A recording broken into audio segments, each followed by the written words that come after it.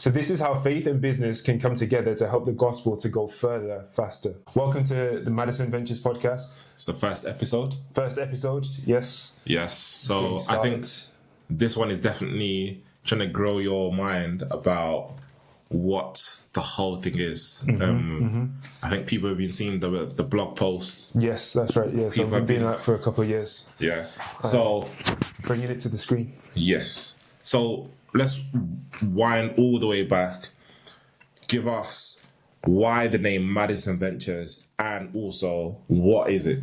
Right. Yeah. So Madison Ventures, as you said, initially it's just been a newsletter. I've just been kind of doing a brain dump of things that I've been learning about mission, evangelism, the gospel, business, just a lump of things that I've been learning about that. Yeah. And then pulling it back to why Madison. So Madison College, going back in Adventist history, was one of the first institutions, colleges, schools that have been run without church funding. So without the church funding it, they've managed to start. They've got donors. They've got people to kind of invest. So when did this take place? This was in early 1900s, I think 1904. Okay. So from that, then kind of the mindset that they were using to train people was that they will train them to start another institution that was similar to that. So then you have Madison would start another school, and I think within 10 or 20 years, they had 20 other schools that were similar. Yeah. And so they're using businesses, they're starting healthy institutions. So that's how they're able to do it by... Yeah, so the goal is the school, but then they have separate businesses... To help to fund the school. Yeah.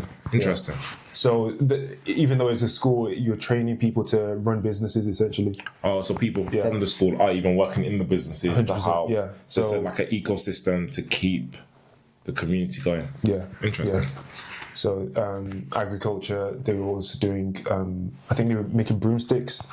Okay. So just hustling and building different businesses that will help to grow the school. But then obviously you're adding in the evangelistic element kind of woven through the whole thing. So it's mixing the religion and the business aspect together. That makes sense. So what inspired you about that, and then how does that link to the name for your blog post? Yeah. So from there you go all the way, and businesses, ministries are being added on the whole time until like today. You've got ASI, which is kind of the current day version of that.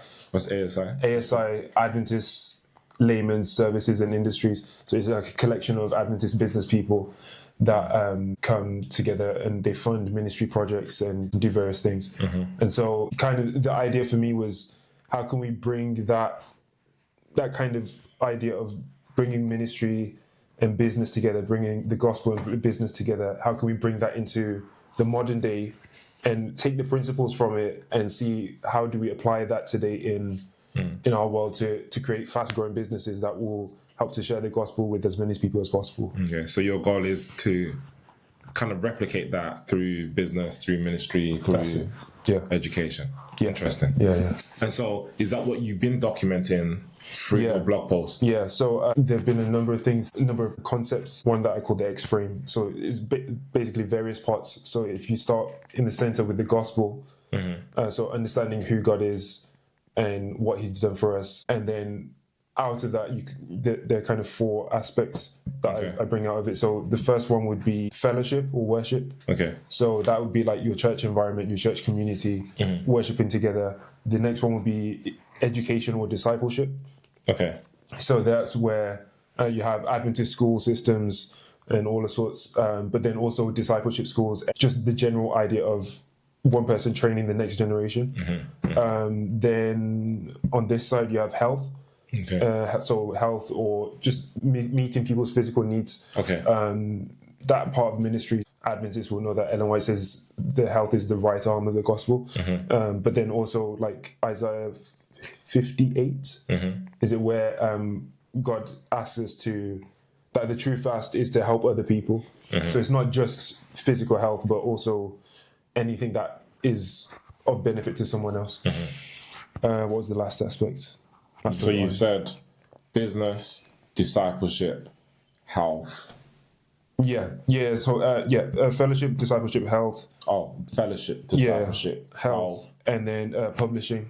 So that's Okay. just sharing the gospel with not just printed paper, but media, all of that stuff. So those are kind of different aspects of Adventist mission that have existed for a while. So what is your dream? Is your dream to have all those in like physical formats which you're running? Or is it to work with people? Yeah, more of a network of working with people that are doing that and kind of bringing it together so it's synergizing together. Because one person can do so much, but if you can work together, then it's much more effective. Okay. So that's kind of what I've been documenting, what I've been basically researching. That's what I'm learning now. So, given that that's your like end goal, and so far you've been doing blog posts documenting your research. Yeah. What is your step-by-step process to get to that end goal, or what do you hope to achieve, let's say, for the next year? So for me, for the next year, I think that the major thing will be networking and kind of bringing people around to this idea. So that's why we're doing this podcast. Maybe networking events, bringing professionals, creatives, entrepreneurs together that have a similar vision of helping to share the gospel in a practical way to help people. The idea would be to do networking events, do this podcast, to bring professionals, creatives on to share their expertise and what they are already doing, because there are a lot of people that are already doing a lot of good things. So just to kind of showcase that. And for like business people out there, what is the incentive for them coming to a networking event like what you're doing? Is it more so that if they want to also get involved in ministry, you can provide a place to connect the dots? Yeah.